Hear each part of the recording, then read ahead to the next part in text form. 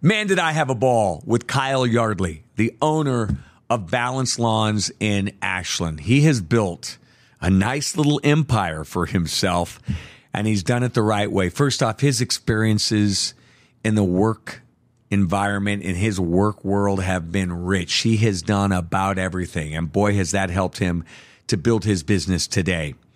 But I love the story, too, about how a 3-time state champion head coach thought that Kyle Yardley was too tall in 5th grade to really be the age he said he was. And that was a sign of really good things to come for Kyle Yardley. You're going to love this episode. And for those of you who run a business all by yourself, boy, can you learn from this episode as well. Enjoy this, brought to you by our great producer, Grace Dunbar. Here is Leadership Lessons from Mayberry. Well, this is so much fun because, listen, the guy here to my right is a guy that when he was playing youth basketball, Coach Rick Kalura, who won 3 state titles, didn't believe that you were really a 5th grader. I can't wait to dig into that story. Yeah, so we both know Coach Kalura. He can be a character, can he? He can. He's a good guy and has done a lot of great things. Well, we're going to work our way into that. But first, you know how this starts, Kyle. I mean, you are an Ashland guy, and there have been a lot that I've had on this show where Ashland is their Mayberry. I got to hear, what was it like for you growing up in Ashland? You graduated in 03, so I want to hear about those raging 90s here for a kid like you in Ashland. 90s were a good time in Ashland. I think they were good for everybody. They were indeed. I grew up on the northwest corner of Ashland, just outside of town on a same little dead-end county road that's there now. So I grew up there and kind of had the best of both worlds growing up, of being kind of out in the country a little bit, but was right there close to town, so I could ride my bike, walk to town, and go to the pool every day, or those kinds of things. I love it. You had the same kind of. I grew up just west of there, out there on that highway extended. You're kind of outside of town, but yet you can really get to town real easy. So You had the best of both worlds. But did you ever just head west, leave the front door, head out there and kind of explore nature? What was that like? Because you were right on the edge of the community. Yeah, no, there was, as far as heading the other way from town, the old railroad tracks that used to run through town, those go on the backside of properties there, a couple acreages and stuff. And this will get me in trouble with the Starnes development going in there. But they knew I was down there sometimes, though. But yeah, you go down there and mess around and go down to the Wahoo Creek and throw a fishing pole in and not catch anything, and start some fires when you probably shouldn't have been, and all those good things. So you were ornery outside. Well, I don't know if I was ornery, but well, probably got in some trouble every now and then. Yeah, absolutely. Kept your parents hopping a little bit. The only way to do it, right? I bet they worried sometimes, but they let me grow up as well by learning as I go.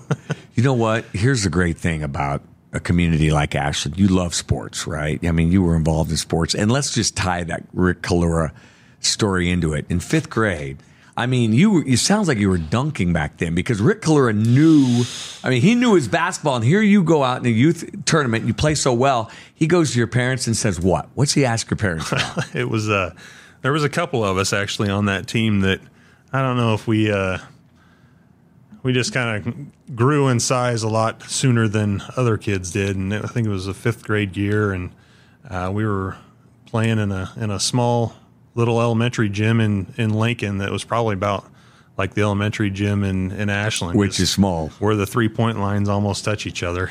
And but there was me and Jared Holtz. He was on the team as well, and we were both pretty good size for our age. And Rick very, very politely asked my mom if we were the age we should be to be playing basketball against his son, actually. So his son was on the team. That has to be a huge compliment, though. I mean, this guy ends up being one of the preeminent coaches in the state of Nebraska, wins 3 straight titles at Lincoln Northeast, coached to Creighton as an assistant coach. You had to, when looking back on that, it's a pretty big compliment. Yeah, no, that was really a neat deal. And what it had led into, actually, was Rick coached his son's team for some summer league stuff. So I believe it was Jared and I and maybe a couple others. Rick coached us for 2 or 3 summers there on a summer league. So that was pretty fun too, to have him as a coach at the same time when he was winning state titles. Yeah, you're gonna learn a lot from that guy. And listen, you talk about learning a lot. Some of the guys you hung out with: Trent Lonnie, Greg Timlin, Jared Holtz. I mean, talk about this your colleagues, so to speak. We'll use that term. That's the most polite way I can put it, talking about those guys. What was it like growing up with them? Growing up with them was fun. Lots of sports. Lots of basketball was my main sport way back then. But yeah, it was always fun, and it was always just a bike ride away from somebody's house to play a ball game or some backyard football or whatever it was. So. Yeah. You know, when you grow up, a lot of times you've got this vision, right, of what it wants to look like 20 or 30 years down the road. A lot of people who grow up in small communities say, I want something bigger, right? I want something a little fast paced. Did that ever cross your mind, or were you like, look, this feels right at home for me? You know, at the time, probably, I probably wanted to get out of there. Mm-hmm. It was, probably the mindset, but. Why was that? Because it sounds like you had an idyllic, childhood and growing up. Yeah, I don't know, just see what else was out there. Mm-hmm. But it wasn't. I don't think it ever went further than the Omaha, Lincoln area. Maybe I didn't really, didn't have too big of dreams to go to New York City or anything like that. But I do remember once as an insurance adjuster, there were chances and interviews and things I could have took to get jobs. I remember one was in Oklahoma that I about jumped and went down there, but just didn't for some reason. But yeah, something was telling you not to. Now listen, your parents, they're special people. Your mother, an incredible educator. So when you look back on, again, the way they raised you, what do you owe them? What do you remember most about what they instilled in you? Kind of, I would say mostly letting me have my independence, but yet keeping me in line, going the right way, but yet letting me learn the hard way sometimes, and knowing I was going to mess up and learned it that way. So wasn't 100% guided and wasn't always looked over, all the time, as far as having a constant someone looking over my shoulder. But yeah, no, it was good to kind of learn the ways I did. Your story, and Grace Dunbar, our producer, we were talking before you got up here. I just love your story because it is so rich as far as your experiences. And we're going to talk about that for a second. But one of the first rude experiences you got in business was the proprietor of the lawnmower when you were a kid, were your parents, and they came to you and they said, hey, you're going to start paying rent on this. You're going to start paying for the gas and the oil. That had to be a rude awakening for you, wasn't it? That's something I still crosses my mind these days when I fill up the gas tank on my sprayer sometimes. But yeah, there was a time when I think I was probably 12 years old or so, and I wanted to get a little extra spending cash. Probably wanted to blow it on fireworks or something during the summer, and had put up a sign out at Thomas Lakes for lawn mowing. And I had, I think, 2 jobs out of the deal. One was mowing and using my parents' mower for that, and another one was just using that gentleman's mower itself and going to his house and mowing that yard. But I remember at one time doing the one with my folks' mower, the conversation came up and something was said, and they said, well, you're using our gas and our mower, and we're driving you there because you can't drive there, so there's gas money. And at the time, overhead would be the word for it. And I just remember being just totally pissed off. Just like, I am not giving you any of this money. I probably got $15 for mowing that lawn, and then thinking, well, why do I owe you $5 for gas? That means this wasn't even worth it. And I just remember just being so mad. But they never even charged me, and I never even had to give them any money for it or anything. But still, to this day, I still remember that lesson and thinking, that was overhead at the time, and this kind of some things that I look at and think about these days when I'm doing lawns. There's gas, there's insurance, there's all this other stuff involved. Yeah, I mean, isn't it true? I mean, it was your first introduction, right? Yeah, it's so funny. This is how you run a business. That's right. And it's so funny how this has come full circle. Obviously, Balanced Lawn. It is not a lawn mowing business. We'll talk about that in a second. But still, you get back to your roots of getting into taking care of lawns. And but man, your root was full circle. You've done a little bit of everything. What stands out to you the most? I mean, it was insurance. It was auto body industry, drywall. Mm-hmm. What, when you think about that and you were on that path, at any point did you think Balanced Lawns, or was this all just kind of a brick in the building blocks that said, this is what's going to take me there? Yeah, no, everything was a brick in the building blocks. 'Cause it did never cross my mind to open or start a business in the lawn care industry until I actually did it. Going along, and it's always something I said to myself, was I wanted to open my own business. And that's, even as a kid, I remember making these weird, like, bracelet things with one of the neighbor guys one time and trying to sell them to, I don't know who it was, but trying to do things like that, and just always thinking, someday I want to own a business. Someday I want to own a business. Why do you think that was? And I'm going to interrupt you because I'm always intrigued by that. It is rare that people are accidental when they own a business. What was it when you're a kid and you're doing the bracelets and you go out and mow the guy's lawn? Was it money? Was it time? Was it creativity? Was it being your own guy? What was it, do you think, that appealed to you way back as a kid? My own deal. I wanted my own deal. And as far as working for people along the way and learning things and seeing how they operated businesses, even during working years, after college or high school, I just always wanted my own deal, my own schedule, I wanted to call the shots and, be responsible for me. Yeah. And, if you read the E-Myth, right, that's what they say it's all about. The myth is that people are out there to get rich as a business owner. Granted, that can be a wonderful byproduct, but it's always about control, right? It's about controlling your destiny, controlling your time, controlling your schedule. And, oftentimes people who are not in the business world as business owners think, oh, the motivation is just the money. But it's much more than that, isn't it, for you? Yeah. It's beyond the money. It's, it's more the independence and kind of doing my own thing. And yeah. I got to ask you this, though. You got some great stories along the way to get you to this point. You're working in drywall. And from what I know, what you've shared with me, it was freezing cold, might have even been icy. You're on the roof of a hospital. Walk me through this story, because this is a lesson we can all learn from. Carrying drywall. Yeah. So we just delivered drywall. We didn't install it or nothing. We were a company that, and they're still there today. And you just move it from your warehouse to inside of a house is usually on the residential, but we also did commercial. So. If you remember back in, I think it had to be the winter between the winter of 2003 and 2004.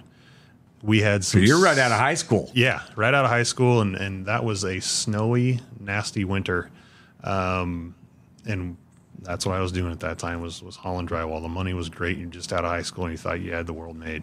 And looking back on it, it was one of the hardest and character building jobs that a guy could have then. But so they were putting the addition on Saney's Hospital on the you drive by on 70th Street there, you see where the addition was, and that whole thing was every piece of drywall that's in there and every steel stud came from the place I was working at. So we spent a lot of time there.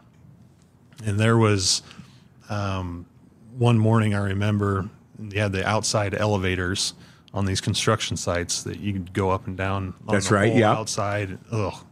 If you don't like heights, you don't want to be in. And then, so I remember looking down out of that elevator one day, and it's just wire mesh.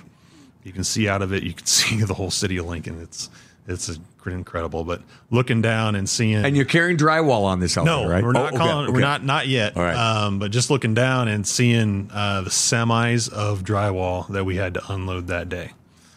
So they didn't even go to the warehouse to drop this semi-loads off. That's how they would usually do it, is just drop it at the warehouse, and we would take boom trucks out to the sites. But instead of even dropping anything in the warehouse, the semis just came to the hospital there. So you're looking down, it's cold, it's freezing, looking down 3 or 4, 5 stories at these semi trucks, and they're just loaded with drywall. And basically me and probably 2 other guys had to unload all of that. That was our job. And you take it on the elevator, take it up. Well, there was a crane that would lift it up for us, but we would get to there was a access point on the roof. So we were on the roof. The crane would lift a drywall stack up to us. We would then have to take that stack off of the cart or off of the crane, put it on a cart, and wheel it across the roof of this hospital in the dead of winter. And the wind's blowing up there. We got sheets of drywall that are flying off sometimes and breaking. It was a disaster. But you have to be honest. At one point, you're like, what can I come up with today just to see how I can get, do I have a fever? Do I have something here? Yeah. You talk about character building. What did it give you, though? What did it give you, that experience? That's, it just gives you basically the perseverance or seeing, how to get through that. It's okay. You look at those semis and you think there's no way in the world I can get through this. But then you actually just kind of break it down. And it's like, well, that's only a few stacks. And then one stack is only 20 sheets. Yeah. And so you just break it down and kind of mentally get there. Love it. You mentally get there in your head as far as getting a daunting task like that done. I guarantee your boss was like to those drivers, hey, you park right here so they can see it when they get on top. They might see how much work we have. Make them see it before they go up there. Well, listen, Trent, Lonnie, and you have a lot of stories I'm sure to tell, but another one, you guys worked at Iron Horse. Now, listen, I love Iron Horse as a golf course, and it is maintained as well as any course in the state. But now I know why. I got to hear about this story because you know where every sprinkler head is, and I want to know why that is. I do. And, so worked there a couple summers in the high school days. I want to say it was probably, what would that have been, 2000, 2001, somewhere around there, or 99 maybe. But yeah, I was part of one of the first crews that was there to kind of, not so much the initial building of it, but we were wrapping things up when I started there, and the course was just going to start to open. But yeah, there's a story with Trent and I. We actually got assigned to level every single sprinkler head on that course. So if you want to find a sprinkler head on the course, I'll show you where it's at. I know where we're. Well, normally my golf ball finds them. Yeah, I'll tell you. Especially if they're off the fairway. Yep. But no, so part of and I'm sure they still do it to this day, is leveling those heads. But it's a golf course sprinkler head, so those things are probably 10 inches round, and you hit that with a mower, and it's gonna send a geyser into the sky. The mower will get a good washing, but no, we had to go around to every single head and make sure it was level with the ground. So if it wasn't, which most of them weren't because they just got installed and there was settling, and that's why we were out there doing it. We had to dig around the whole head, remove all the sod, get it leveled. There's a swivel joint under there that you either move it up, move it down, move it side to side, however, get it level with the turf, and then rebuild the dirt and stuff around it. So that is, you talk about learning persistence. That probably helped you down the road as well on your business. But what I love about when I talked about your experiences, I mean, Speedway Motors and again, insurance, selling it, also being on the other side of it, all of these experiences. And then in 2019, you kind of stumble into it a little bit to get Balanced Lawn started. So I got to hear, I mean, you had all these experiences that I guarantee help you today. You can pull from it. But what happened in 2019 to say, let's get this baby started? Well, it was actually just kind of an odd deal. I mean, I had always, back to our talking about wanting to open my own business, there was a couple things along the way that I tried and thought, yeah, this is it. This is my $1 million idea. Or was always trying to think of a product. There was tools and stuff that I had thought of. along the way as well when I was in the auto body world. But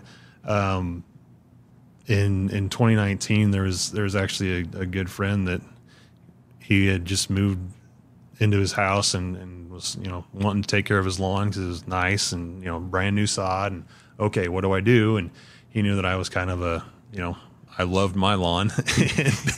and Looked like carpet, right? Yeah. So he was like, okay, I'll ask Kyle what the secrets are. So he came over one day and we were just, I was talking and saying, use this product now, and then we got to figure out the size of your lawn. That'll tell you, how much you're going to put down, and you can go get the bags of fertilizer at, Earl May or whatever you want to do. And then we got into like the weed control stuff, and I was, telling him about some of the herbicides and showing him some of the equipment as far as, just a backpack sprayer, or a spreader, those things, and just, this is what you need and this is how you do it. And he just goes, well, what would you charge me to just do mine?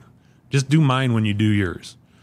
And right then I just thought, I wonder what do those other companies get for money? What would this cost for, just use some of my fertilizer and get a little bit extra and go put it on his lawn? What would that cost me? So, and away you go. Now listen, here's the thing. I've got to ask you if this is the key.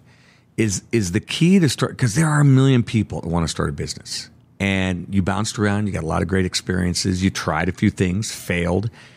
But one of the things that you wrote to me in trying another business was you forced it. You started a woodworking business, and you said in your gut, didn't really feel like it was going to work.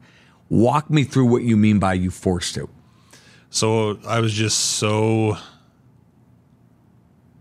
adamant about wanting to start my own business. Mm-hmm. And I had actually just kind of at that same time was helping a friend get his business off and going. And I was like, I just need to do this, just need to jump in and do it. So, which is what everyone says.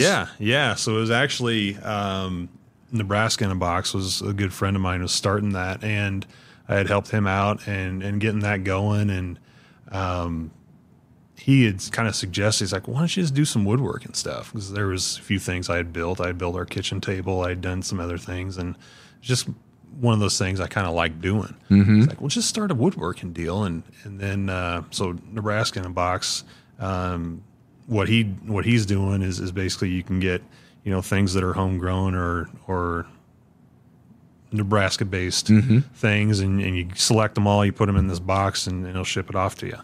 So he said, why don't you just do something that's, Nebraska based, and I'll buy some things from you and we'll go from there, help you start. So I made, I don't know how many coasters, a little 4-inch by 4-inch.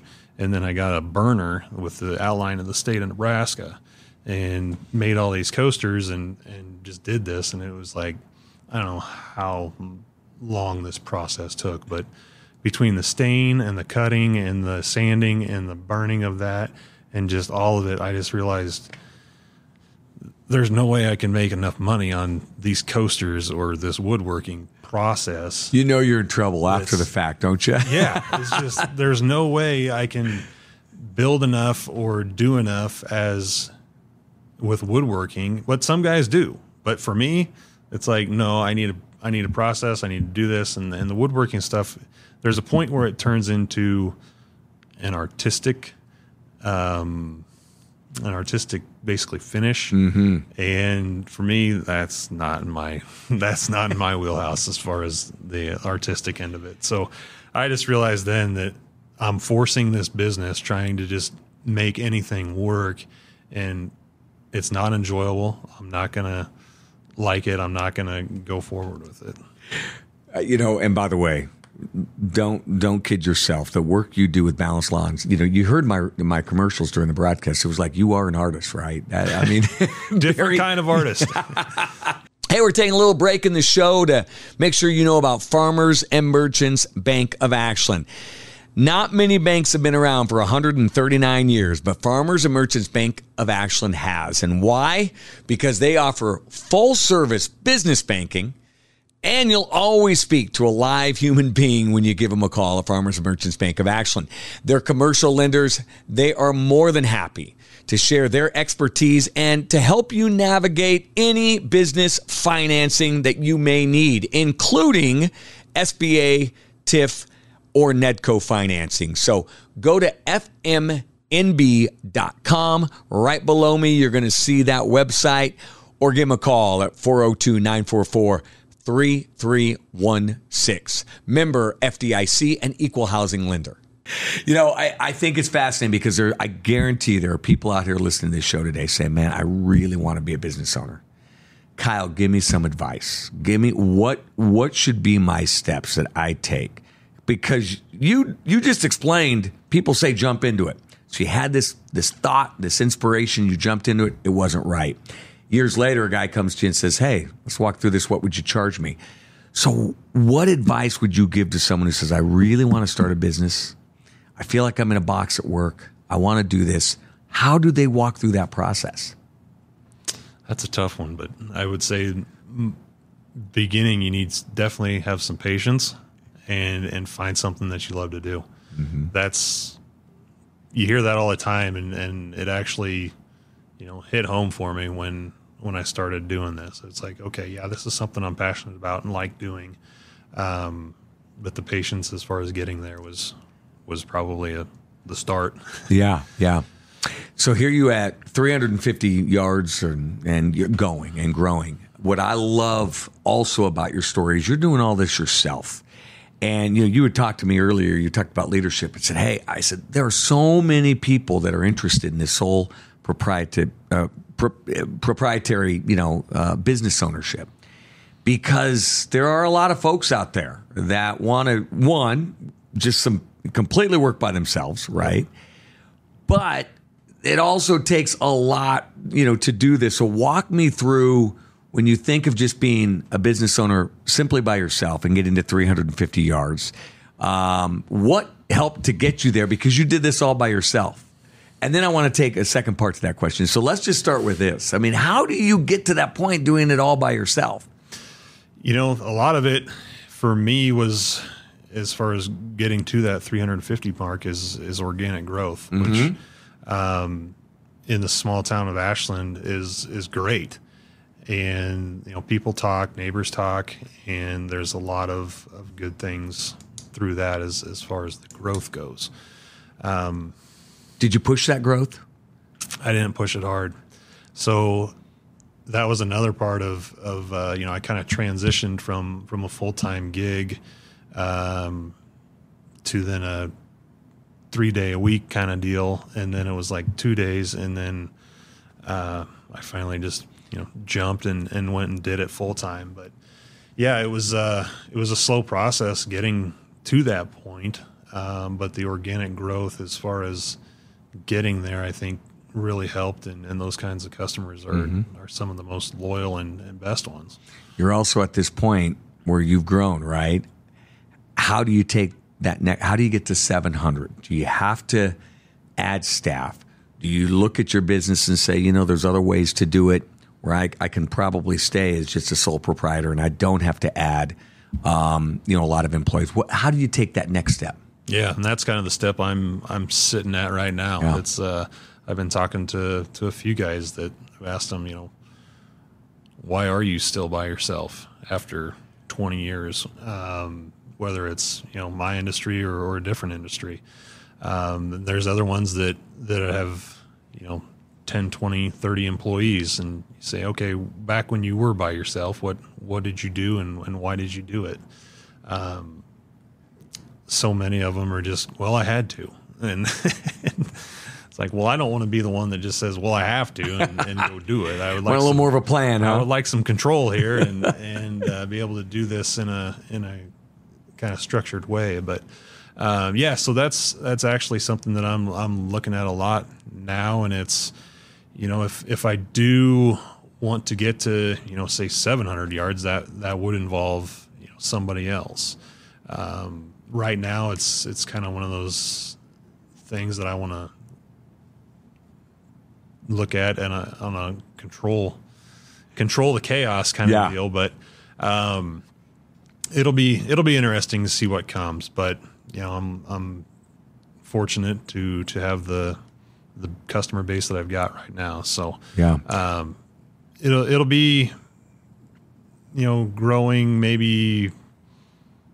Definitely always taking more customers, but like you said, is there other things that I can offer to those existing customers and build it that way? That's something that I'll be looking at and making that decision if I want to stay with it just being me. So, well, kudos to you that you've been able to grow like this without tens of thousands of dollars of SEO and a sales team that you had to hire and make phone calls after phone call, right? You've done this because your customer service, your clientele, the referral has been absolutely so powerful for you. A, it speaks to the quality of work that you do. But B, how do you get referral? Because that's the other thing business owners always want to know is how do I ask for a referral? How do I get someone to pass me along? What worked for you? That's a tough one. You didn't even always ask, did you? Actually, yeah. No, there were a lot of times, and I kind of realized, they always talk about kind of in this industry, and they call it the green industry, is route density. So, route density, when a lot of guys talk about that, they're ones that are in Omaha, Lincoln, Kansas City. They're in the big metropolitan areas. And they're like, I would just someday love to be able to drive less than 30 miles a day and cover all my lawns. Well, I can drive within a 3 or 4 mile radius of Ashland and cover 90% of my lawns. So I've got that going pretty well. But I guess I'm losing track of where we're going. Well, with this, and I just want to stop on that for a second because part of your marketing is, and I read your commercials. For those that don't know, I do play-by-play in Ashland and on Friday night for a little high school team, and you're a sponsor, and thank you for that, by the way. But part of your commercials are, look, you're going to get the same guy every time, and I have to tell you, we switched over to you partly because we've known you since you were a little tyke, right? But also because you're right. When I was using a big corporate service, I'd get different guys and gals, every year, sometimes during the year, multiple people, never knew them, and they couldn't really understand what was going on with my yard. So that fact that your marketing, is, look, you're going to get me every time. How does that resonate with your client base? Yeah. No, it actually does really well. And I remember where we segued here. It was actually with that route density you were asking about, the referral basis. So a lot of times in those neighborhoods, I'll say, why is what's your neighbor doing, or turn it into kind of a conversation about what's going on down the street, or they'll say, oh, I don't know, I'll talk to him tomorrow night, see what's up. There's a lot of that type of marketing, and just the referral base there, just kind of putting a bug in somebody's ear sometimes really, really does go a long way. Boy, it does. Yeah. So, but no, back to, we were on, talking about, just me on the property and those kinds of things. But that actually does, go a long ways. And knowing that, when I get to a property, even just knowing which gate to go in the backyard sometimes is a big deal, because you never know. You can open up a gate sometimes and you're in somebody's flower bed, or you go to the other gate and you're, that's the one you're supposed to be going through. But there's a lot more to it than just the gates. It's, knowing where the trouble parts are in a lawn, because lawn care is a process. It's not an event. Mm-hmm. It's going to be something that you do. What I do now is kind of affecting what is going to happen in 6 months. You'll see results in about 6 months from what I'm doing at this point, is usually that process. So it's not something that I can just show up and, say, install a retaining wall or something, which again, I don't do, but just an example. It's not something that's going to happen overnight. It's not an event. So it's a process. So being there, me each time, knowing where, say, the problem area is that you had some nutsedge growing, or, there's a certain type of weed that's creeping in your backyard from the woods. Those kinds of things that being that person that's there every time, instead of having a different technician on your lawn every single time or every 3 times or whatever it may be. Even a difference in 1 year to the next can be a big deal. So having someone that's familiar with your place and familiar with what's going on with your lawn and where those trouble spots are is something I never thought of in the beginning as far as being a guy on my own. Mm-hmm. So that's another thing that I struggle with as far as building is, so if I do want to build here later on down the road, it's, how do I do that? And maybe it's getting a guy that's kind of having his own route, getting familiar with its own, lawns and not jumping around. Yeah. All right, we're going to talk about mentors. I want to start with a business mentor, someone that sits in your noggin here when you think about how you run your business, how you build your business. Who is a business mentor or is a business mentor of yours? That's a tough one. There's too many of them. There's been a few along the way that, that I've worked for and I've been there and learned some things. And then there's also ones that are, a little bit further away. So I will give a thanks to Dave Yard at the Collision Center there in town. I actually worked for Dave 3 different times throughout the years. In 3 different jobs, right? 3 different positions there. And every time I left there, it was on to something bigger. And, it was kind of building blocks that I didn't realize were being built at the time. Mm-hmm. But, some of the things that he does, and you look up good guy and most honest guy in the not the dictionary, but I guess it would be an encyclopedia. Is that how the term goes? Well, with Dave, it would be for sure. Okay. So, but yeah, good guy and honest guy. And that's one of some of the things I've learned about just business in general is, if you're honest and you keep the customer informed and you let them know what's going on and what's expected, you can sleep pretty well at night. Mm-hmm. You're not going to go to bed with a bunch of worries and stress out of the deal. So, some good things out of that. Britt Dowd is a business owner down in kind of Kansas City area, I think just outside, maybe Overland Park.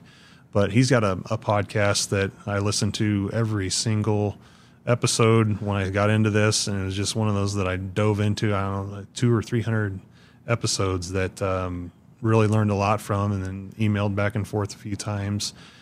He's started same story as me, basically, and then he even worked in insurance a little bit and realized that it wasn't for him. So. We share a lot of things, but he's got, I don't know how many millions in revenue that he does now, but he's probably got a crew of, I think 10, 12, maybe 15 people that are out there, and he's in the lawn care business. Same exact thing I do. So yeah, just a lot bigger scale, but he's been there, since the very beginning, from where I'm at. So give me a mentor. In high school, we all have those teachers, or we all have a youth coach or someone that inspired you. You look back, who was that person for you? In high school? College, elementary, right out of college. Yeah. No, I mean, as far as a teacher, there was a couple of them along the way, and I remember economics class in high school. Hugh Stoddard was the teacher then, and I remember that class being one of the most beneficial classes to me. Why? From high school.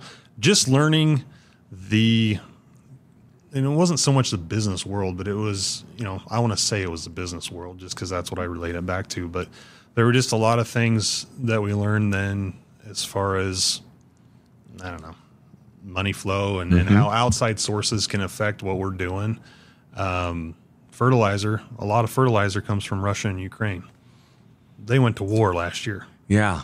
So I'm dealing with those things overseas that affect economically what's going on here that I never even thought was something that would be important to me. You got introduced to supply and demand back in that day. Yeah. Didn't know how it would really affect you here when something like that happens. Yeah. Yeah. Yeah. So I would say that. And there's, in the college years, there was also an entrepreneurship class that I had taken or needed. And it was one of those where you build a mock business and do those things. So Yeah, I heard your pizza business kind of stole the show in that class, didn't it?